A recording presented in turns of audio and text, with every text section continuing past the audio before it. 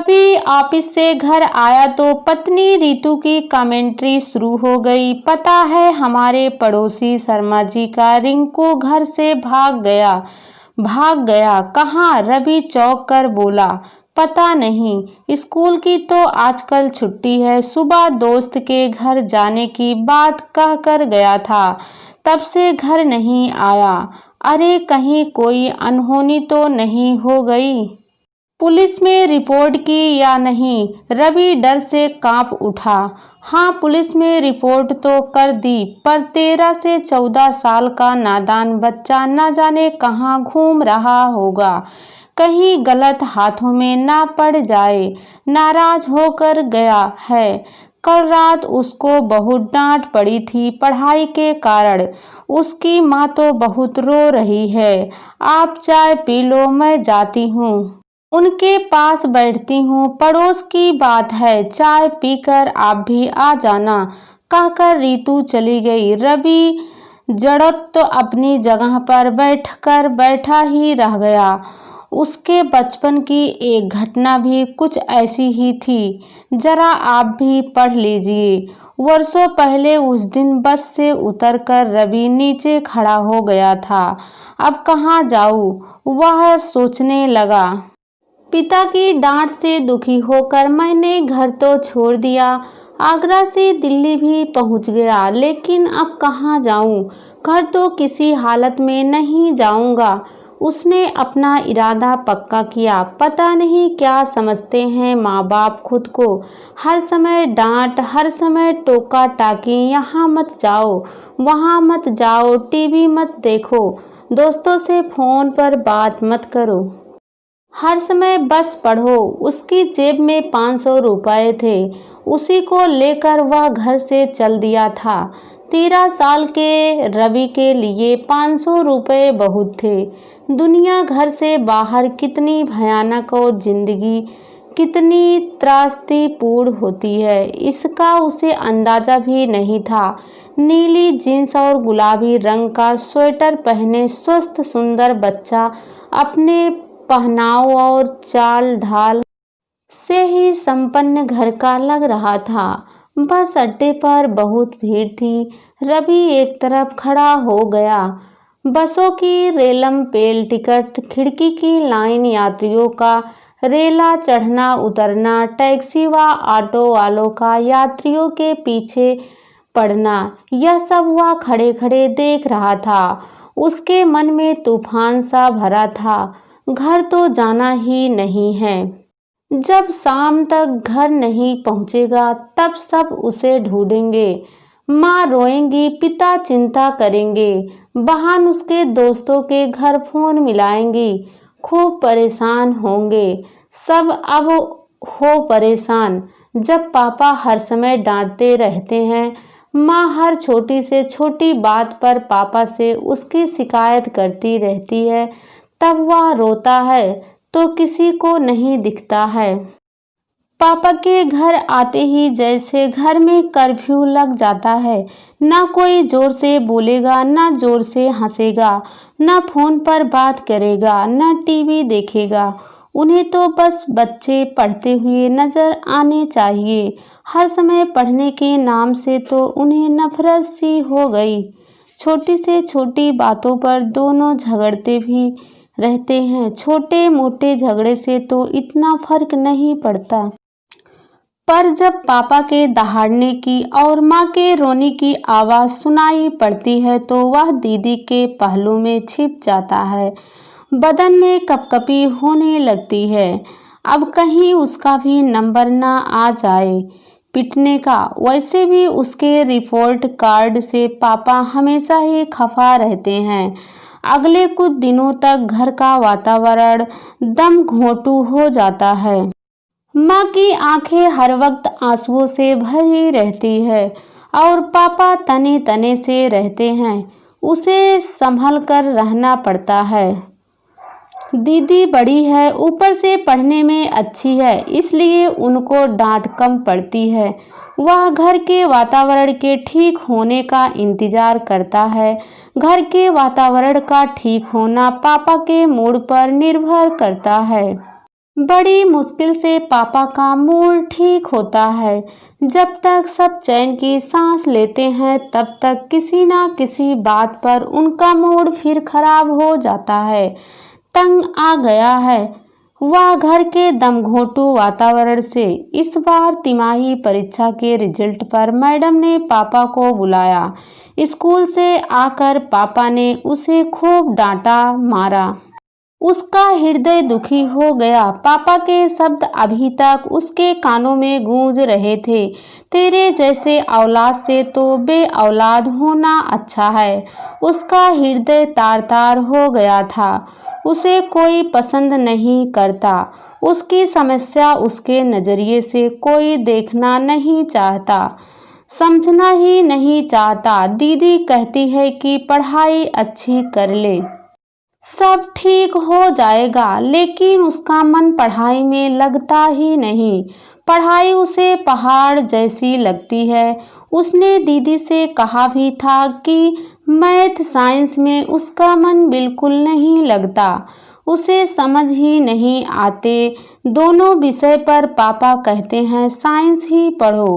वैसे भी विषय तो वह 10वीं के बाद ही बदल सकता है। रवि इसी सोच में डूबा था कि एक टैक्सी वाले ने उसे जोर से डांट दिया। अबे ओ लड़के, मरना है क्या? बीचों बीच खड़ा है, बेवकूफ की औलाद, एक तरफ हटकर खड़ा हो। रवि अचकचा कर एक तरफ खड़ा हो गया। ऐसे गाली देकर तो कभी किसी ने उसे बात नहीं की थी। उसकी आंखें अनायास ही छलछला गई, पर उसने खुद को रोक लिया।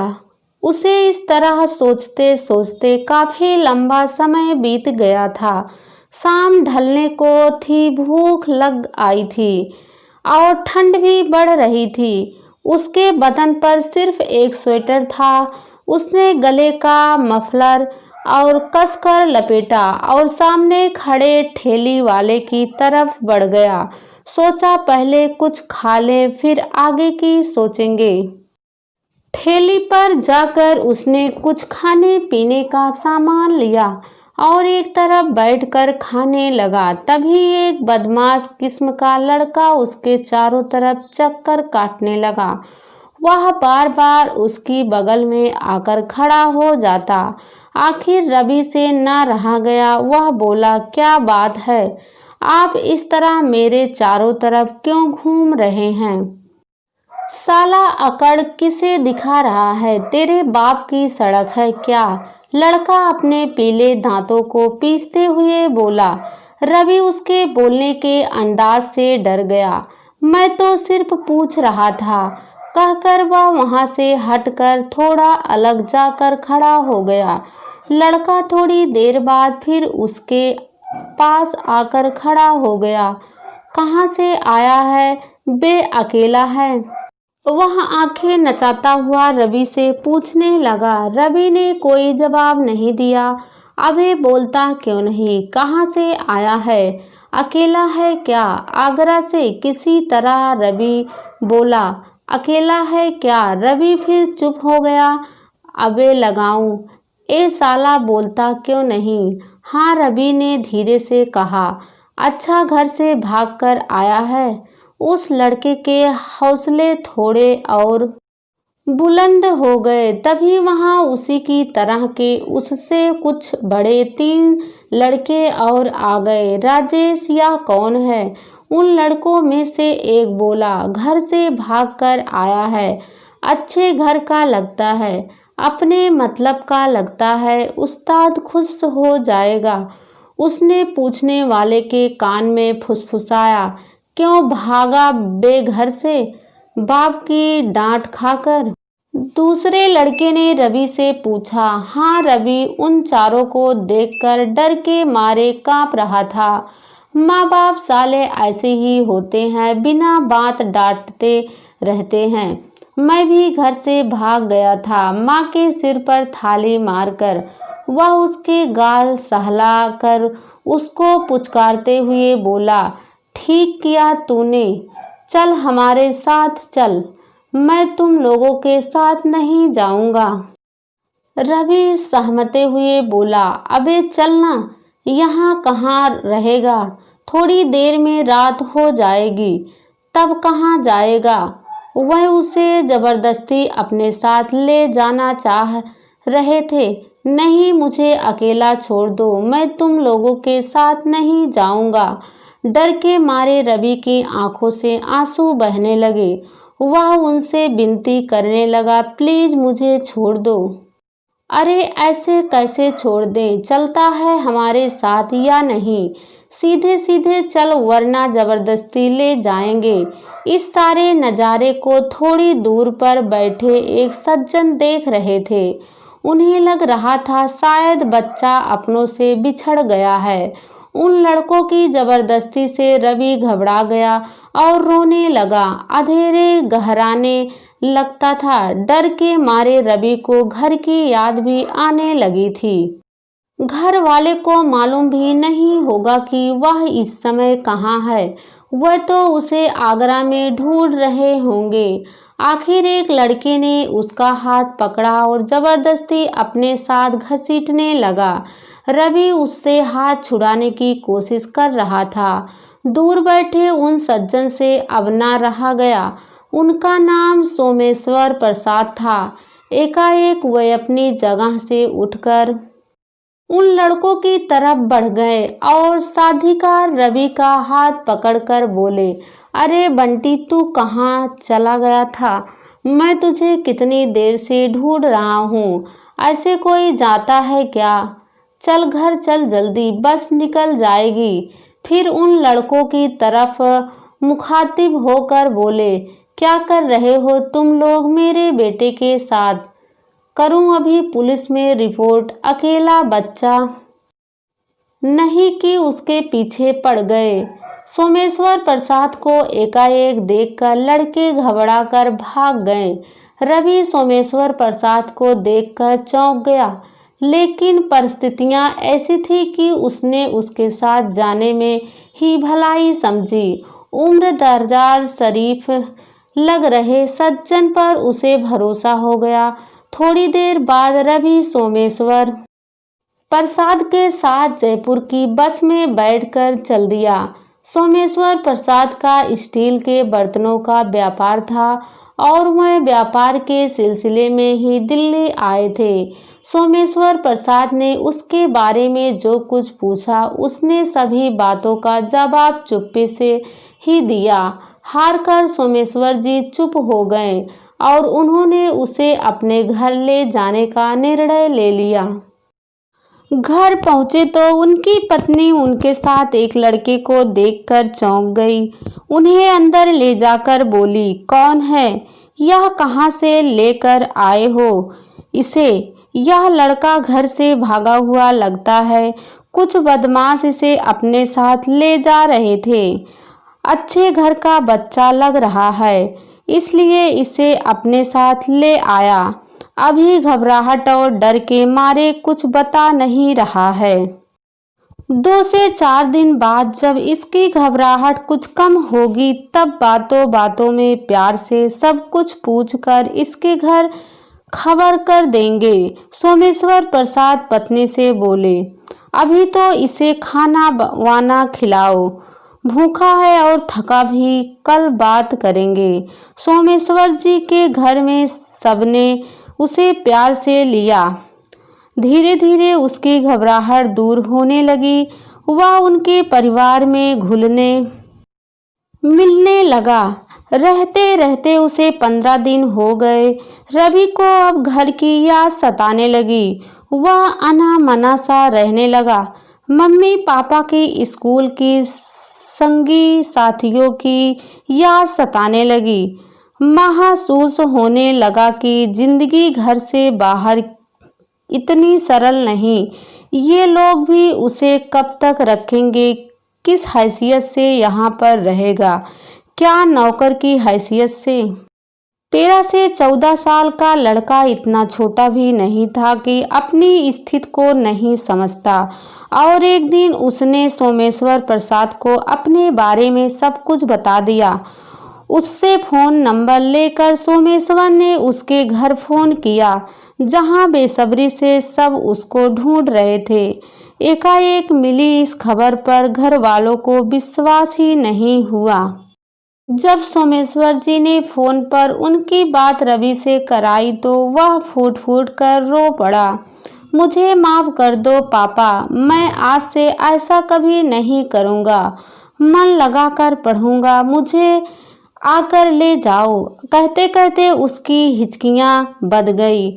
उसकी आवाज़ सुनकर पापा का कंठ भी अवरुद्ध हो गया। रवि के घर से भागने के मामले में वह कहीं ना कहीं खुद को जिम्मेदार समझ रहे थे। उनकी अत्यधिक शक्ति ने उनके बेटे को अपने ही घर में पराया कर दिया था। उसे अपना ही घर बेगाना लगने लगा। हर बच्चे का स्वभाव अलग होता है। रवि की बहन उसी माहौल में रह रही थी, लेकिन वह उस घुटन भरे माहौल में नहीं रह पा रहा था। फिर यो भी लड़कों का स्वभाव अधिक आक्रामक होता है। जब बेटे को खोने का एहसास हुआ तो अपनी गलतियों महसूस होने लगी। सभी बच्चों का दिमाग स्तर और सोचने समझने का तरीका अलग होता है। अपने बच्चों के स्वभाव को समझना चाहिए। किसके लिए कैसा व्यवहार की जरूरत है, यह माता पिता से अधिक कोई नहीं समझ सकता। किशोरा अवस्था में बच्चे माता पिता को नहीं समझ सकते, इसलिए माता पिता को ही बच्चों को समझने की कोशिश करनी चाहिए। खैर, उनके बेटे के साथ कोई अनहोनी होने से बच गई। अब वह बच्चों पर ध्यान देंगे। अब थोड़े समय में उनके बच्चों को उनके साथ मार्गदर्शन व सहयोग की जरूरत है। हिटलर पिता की जगह एक दोस्त पिता कहलाने की जरूरत है, जिनसे वह अपनी परेशानियां शेयर कर सकें। मन ही मन ऐसे कई प्रण करके रवि के मम्मी पापा रवि को लेने पहुंच गए। रवि मम्मी पापा से मिलकर फूट फूट कर रोया। उसे भी महसूस हो गया कि वास्तविक जिंदगी कोई फिल्मी कहानी नहीं है।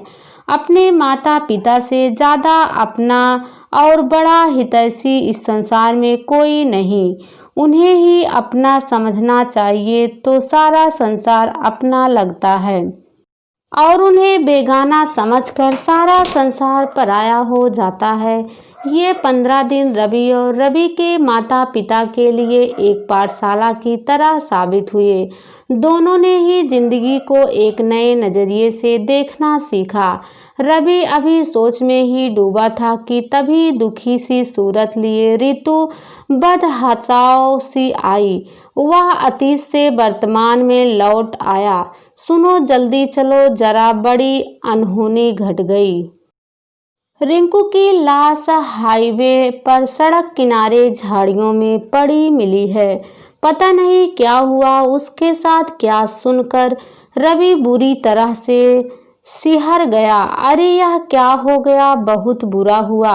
माता पिता तो बुरी तरह बिलख रहे हैं, संभाले नहीं संभल रहे। इकलौता बेटा था, कैसे संभलेंगे। इतने भयंकर दुख से बोलते बोलते ऋतु का गला भर आया। चलो रवि ऋतु के साथ तुरंत चल दिया। चलते समय रवि सोच रहा था कि रिंकू उसके जैसा भाग्यशाली नहीं निकला। उसे कोई सोमेश्वर प्रसाद नहीं मिला। हजारों रिंकुओं में से शायद ही किसी एक को कोई सोमेश्वर प्रसाद जैसा सज्जन व्यक्ति मिलता है।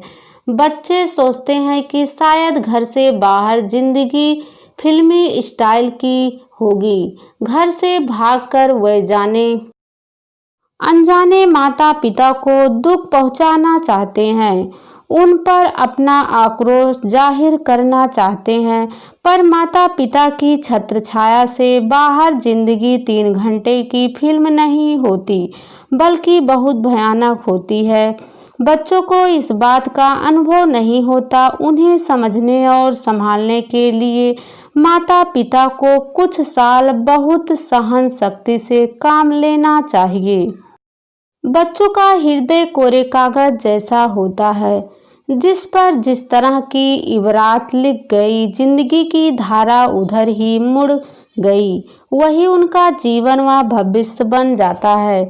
उस दिन अगर उसे सोमेश्वर प्रसाद नहीं मिलते तो पता नहीं उसका क्या हाल होता। सोचते सोचते रवि रितु के साथ तेजी से कदम बढ़ाने लगा।